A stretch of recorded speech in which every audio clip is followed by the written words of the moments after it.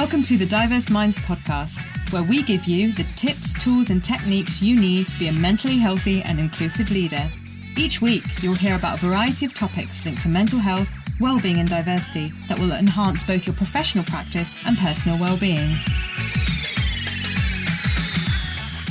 Welcome to the 101st episode of the award-winning Diverse Minds podcast. And we're in the midst of South Asian Heritage Month. So what better than for me to speak with a South Asian sister I admire and am proud to call my friend on the topic of global women's rights. So today I'm joined by Raakhi Shah, CEO of the Circle NGO, a women's rights organisation. She brings over 16 years' experience working in international development, having previously led the ambassador and leadership functions at Oxfam and UNICEF UK, covering a breadth of fundraising, communication, advocacy, and campaigning initiatives. Raakhi has worked with high-level supporters to lobby for change at the G8, G20, Downing Street, and African Union. And she's led over 30 field visits to places like Bangladesh, Lebanon, Jordan, Philippines, Pakistan, India, Malawi, and more, bringing the voices of those with lived experience to the forefront. Raakhi is also passionate about equal opportunities offered to young people from these backgrounds, as well as global majority diaspora communities from the UK. So a huge welcome to the show. Layla, it's so nice to be joining you. We've known each other for quite a while, but I'm really pleased that we can be doing this. Me too. And we're absolutely delighted to have you here. And I know our listeners are really going to benefit from your wisdom. So Raakhi, I wonder if you can kick off and tell us a little bit more about the Circle, the aims of the charity and the impact. So the Circle's a really wonderful, unique organisation supporting some of the world's most vulnerable women and girls around the world. It's all about the collective power of women, so bringing communities of women together to support, inspire, fundraise, advocate, and stand shoulder to shoulder with women around the world. It's been going for about 12 years. It was founded by the singer and songwriter Annie Lennox and is driven by women, diverse women from all walks of life. We've raised about 2.5 million over those years and supported over 160,000 women and girls. So pretty extraordinary. It's quite a small but mighty organisation. We are now focused on sort of two thematic areas going forward: economic empowerment and ending violence against women and girls. So really exciting time for the organisation. Of course, COVID has had a massive impact on the lives of women and girls. We know so many of the gains made over the past couple of decades for gender equality have been rolled back. So really, really important time and for us to be doubling down our efforts, really. Yeah, and I've read the report from the UN. It's like within 4 months, was it, Raakhi? 25 years worth of gender equality work had been wiped out overnight, as you just mentioned. Extraordinary, isn't it? I mean, all that work we've done to progress, and what did we see during COVID? You know, the soaring rates of domestic violence everywhere, which were high already, you know, the increased level of care burden put on women and girls, just every sort of stat being rolled back. So, yeah, it's really is a time for us as an organisation, citizens and governments to really focus down now. Yeah, the time is always there, sadly, but I think the time's more vital than ever. And I think the work that you and your colleagues do at the Circle is so, so important. And what was your journey then, Raakhi, to becoming a CEO of an NGO? Because we don't often see British South Asian women in such amazing high-powered roles. And I think it'd be great to know a little bit more about your journey and how you got there. Of course, and it's never, I think these journeys are never sort of straight, are they? They're always a bit wiggly, which I quite like from everyone as well. I think really important, particularly for this discussion, which is sort of this podcast, which is going out during South Asian Heritage Month, to sort of talk about my background, is that my parents and grandparents, my grandparents were born in India, my parents were born in Kenya, so that sort of well-trodden East African route. They came over to the UK, so there's that mixed heritage there. And which, you know, I find fascinating for, you know, having all these different identities, which we can talk about a bit more later. So that's played a big part for me in my interests, areas of interest. And then justice has always played a big part in my, you know, things like the Rwandan genocide, which happened, you know, sort of during my formative teenage years, play a huge impact and legacy on your thinking about what you want to do going forward. And I then when I went to university, I studied international development and politics, and my interest and knowledge kind of grew in that area. And then I have been lucky since then for the last sort of 16 years to have worked at big NGOs, including Oxfam and UNICEF, particularly leading their ambassador and leadership programmes, which can sound quite trite to some, but it's really interesting area because it covers everything in a large NGO, from campaigning, lobbying, fundraising, communications. And that then it sort of does actually lend itself to a CEO role, because those kinds of roles do cover, you know, all aspects of an organisation. So yes, after about 16 years in large NGOs, I joined the Circle last March during the first week of lockdown in the UK. And actually it's been sort of full circle for me, because I was involved in the organisation when it was first set up in the early days, when the first dinners happened, getting extraordinary women round the table. So it's been really lovely to come back in this role and reconnect with so many of them.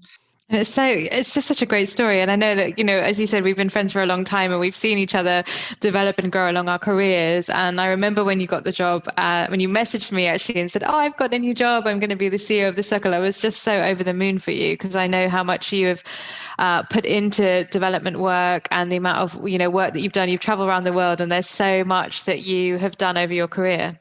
Yeah, exactly. And I have been, I don't know if the word is lucky, because I've been on over sort of 30 trips to countries overseas where organisations like UNICEF and Oxfam have their programmes. So to Rwanda, to Tanzania, to Guatemala, the last trip I did was to Bangladesh, to the Rohingya refugee camp in Cox's Bazar. And it's not lucky to be visiting. They are extraordinary places. They're very, very emotive. You are seeing some of the worst of human suffering, but it drives you to continue your journey as an activist and to make the biggest difference you can. And along the way, you meet really extraordinary people, really amazing women and girls who are showing resilience and bravery in the face of some of the worst atrocities. So that definitely drives me on a day-to-day basis. And how do you feel hopeful, Raakhi? How do you not feel despondent and just think, I can't do this anymore, or things aren't going to get better? I mean, everybody has those days, but there have been extraordinary changes over the years. And also, you know, in some of these humanitarian conflicts, I know aid budgets being cut. There's a whole discussion to be had about the role of charitable organisations. But if you go to see what's happening on the ground and the difference that support is making, it is extraordinary. And for me, it's also about the long-term structural change. And that's why for the Circle and the organisations I've worked for before, you know, advocacy and long-term campaigning is really, really important. So I think you just have to find extraordinary people to re-energise you, keep that energy and change going. And lately, you're definitely one of those people. So it's always good to connect. And that's really kind. And what do you think then have been your biggest leadership lessons, given what you've just told us about your career, the trips you've been on and the people that you've met? One of the things is around listening, isn't it? And it could be listening to those, absolutely, when you're on those field trips, and making sure you're conveying those stories and amplifying those voices. But also, you know, all your supporters is about listening and taking in their thoughts. But ultimately, I think as a CEO as well, you have to then make some decisions based on that insight and ensuring that kind of happens, and that you've got a strategy to follow through. So I think listening, but taking that leap to make those decisions is really important. I think tackling issues head on. I think at the time people are nervous to tackle difficult scenarios, and then they sort of linger on and potentially get worse, or the effects are felt later. And I think I'm a big believer in trying to find a way to navigate those early on. And then the other thing that always stays with me is about making big decisions. And someone wonderful I've worked with in the past, Ian Bray, who's now retired, gave me this brilliant piece of advice when I was trying to make some big decisions a few years ago. And he said simply, you don't really just make big decisions. You are subconsciously making smaller ones in your head all the time and taking that path towards that bigger one, whether you realise it or not. So then it doesn't feel so scary, does it? Yeah. Yeah, that's a beautiful bit of advice, isn't it? We are always doing, there's lots of books about it as well, and I can't think of titles now, but how you make micro decisions every day. And those micro decisions, do get you to where eventually you want to be if you focus and you do it with consciousness and mindfulness. Really love your way of putting it. And so given that it is, we've mentioned South Asian Heritage Month, what do you think are some of the stereotypes that British South Asian women face, and how can we myth bust that and turn them on its head?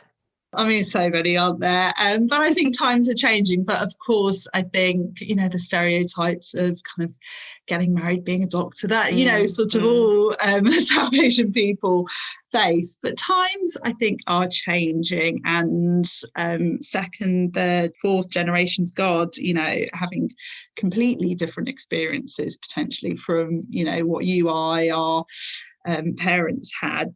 I think that we were talking about this a bit earlier, weren't we? There's some really interesting books and music and cultural side of things, particularly when I was growing up, that had a big influence. So Mira Sayal's Anita and Me book, which was wonderful, and it made me think about the new book from Anita Rani that's come out, which I haven't read, but I'm really excited, and I think that'd be great for the next generation. And some of the music, Nitin Sawhney played a big, important role. Goodness gracious me. I mean, all the stereotypes of cultural changes, which we all share. But it was great that, some of that was out there, and now just more so, it's not the exception, which is really, really good. And I think also sort of flipping it on its head about what's the positives of, I guess, not just being British South Asian, but I guess what being a minoritised community or whatever is, bringing your whole self. That's a real positive, and there's so much from that you can bring to the workplace and beyond. So I'd say to the next generation, don't be scared of that. And I think this is why we see so many micro businesses headed up by women of colour, global majority diaspora women, because in that space we can really create and we can really be ourselves, or leading organisations like yours that are small but pack a huge punch. Exactly. Yes, be bold, go for it. I mean, other people are doing it and going for it probably without questioning themselves. So why shouldn't you? Yeah, and then thinking about, the Circle talks a lot about global feminism. And what does this term global feminism mean to you? I mean, for me, I was really drawn to it when the Circle started talking about it a few years ago, a bit more. I mean, it's a term coined by Bell Hooks. But for me, it's really about bringing together women and different forms of feminism together under one umbrella, rather than just a focus on maybe a Western feminism or a feminism from Africa. But it's really about bringing the voices and thoughts and lived experience of different communities and women. So for me, it's really important in the organisation that we are bringing those different voices to the table, whether they're, there's so many different cultural values that may be different, but it's also about bringing together the commonalities as women. And that's where I think, sort of standing shoulder to shoulder is really, really important. And that's the thing. I think people think, so there are differences. And of course, there's certain ways of behaving and cultural comportment, if I can put it that way. But we're all human. And as women, we face specific issues, whether it's not being able to access healthcare for endometriosis, to birth recovery, to not having support for stillborn children, the oppression that women face, domestic violence in war-torn countries. There is so much there, isn't it? And we do need to focus on that commonality and what makes us human. Exactly. And I've been to so many different countries over the years, and, you get a group of women together, and whether it's in the rural areas of Kenya, or whether it's in Scotland, or whether it's, and there's always that sort of energy, even if you don't speak the language, there's something that comes out in that common language of hilarity, the laughter, the joint issues that you're facing, and it's quite extraordinary. So for us as the Circle to be connected connected in different ways, and bringing those communities together is really, really powerful. And so how do you think charities can be more mindful? Because this really came up, and I'm sure you saw it in your with your colleagues and your peers, Raakhi, that after the June 2020 Black Lives Matter movement, a lot of charities approached me and they said, oh gosh, maybe we're not getting it right. So how do you think charities can be mindful of cultural values to create change within global communities, particularly in the area of power for women and girls?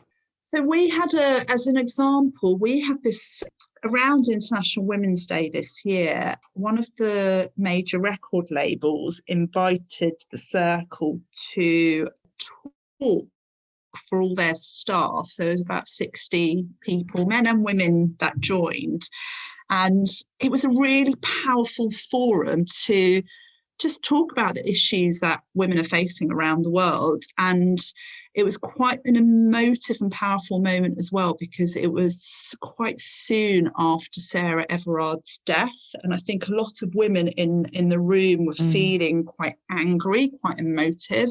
And I think that forum, sort of the Circle and myself in the role I play, sort of taking those voices and experiences that we sort of hear day in, day out from different countries to the workplace, where people might not kind of talk about that regularly or come across some of those issues, was really, really powerful. And I think a lot of the feedback we had was that was the most well-attended event. People stayed for all of it. There was a real discussion after.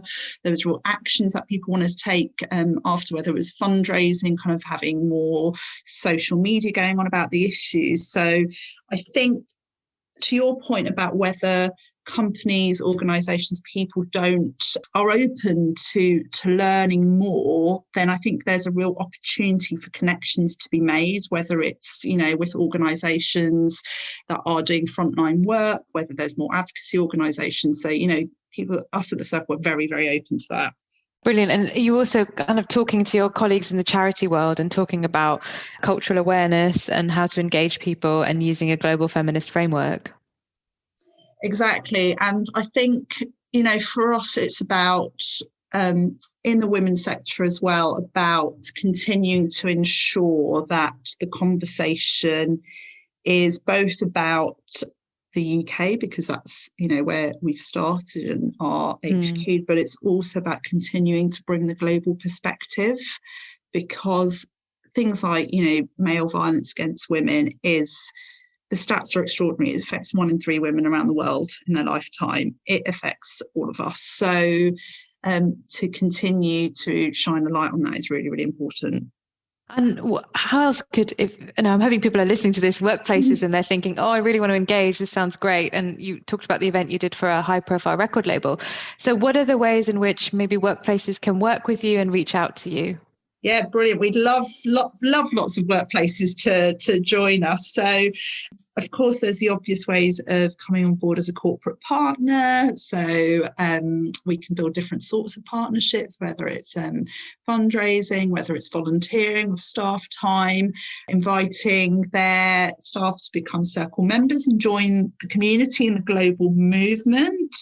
We're very happy to come into workplaces and talk about these issues. So, yeah, quite a few different ways. But if anyone is interested, I'm sure, a lot of companies listening will have CSR policies. Hopefully there would be gender equality as a strong part of that. But we're very happy to have an open conversation about what a partnership could look like. Brilliant. And there will be the links in the show notes, and we'll get the contact details from Raakhi before we finish today. But I also wanted to ask you, you're an incredibly busy professional. You are a parent. So how do you look after your own mental health, Raakhi, especially working in this field? What are your top 3 tips? You're right. I've got 2 little kids and a big job, so it's busy. But I truly believe it's so important to switch off completely. At times, of course, it's always going to be busy, but I work a 4-day week. On my non-working day in the week, I make sure I put my out of office on, so people know that I might not get back to them straight away. But of course, if it's an emergency, I'm there. But I think it's really important psychologically to do that for yourself and for the people on the receiving end. I really like to empower others to take charge when I'm off. So again, that's that psychological thing of not being switch on all the time. And then kind of more simply, the things I find really help me switch off are going for a swim or getting deep diving into a really wonderful book. So they might be quite simple, but they're really effective. No, it's brilliant, this question. Everyone has such great tips. So that's good. We've not had, I love that whole thing about when you're not there, it's okay. Other people can do it. An organization shouldn't crumble because one person isn't there. So I think that's incredibly smart and good for your well-being. Yeah, exactly.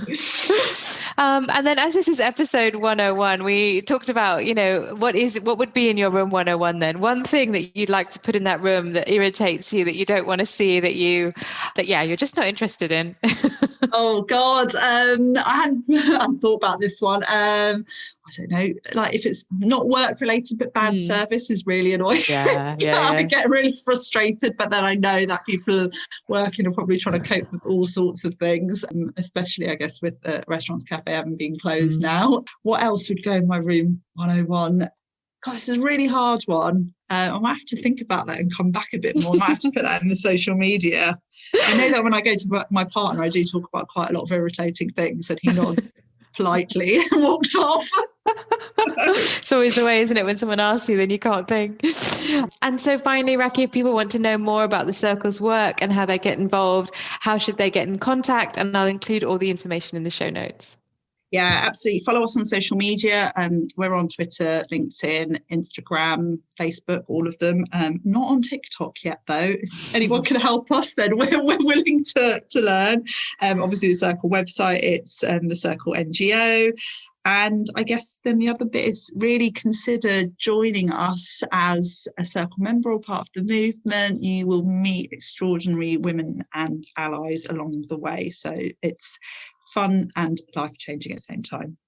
Thank you so much, Raakhi. I knew this was going to be a phenomenal discussion with so much wisdom and energy. So I really, really thank you. And I know listeners, please get involved, get in touch, check out the Circle's work, because as Raakhi said, it's changing the world, but also you're going to meet amazing people and you can get involved. So thank you so much.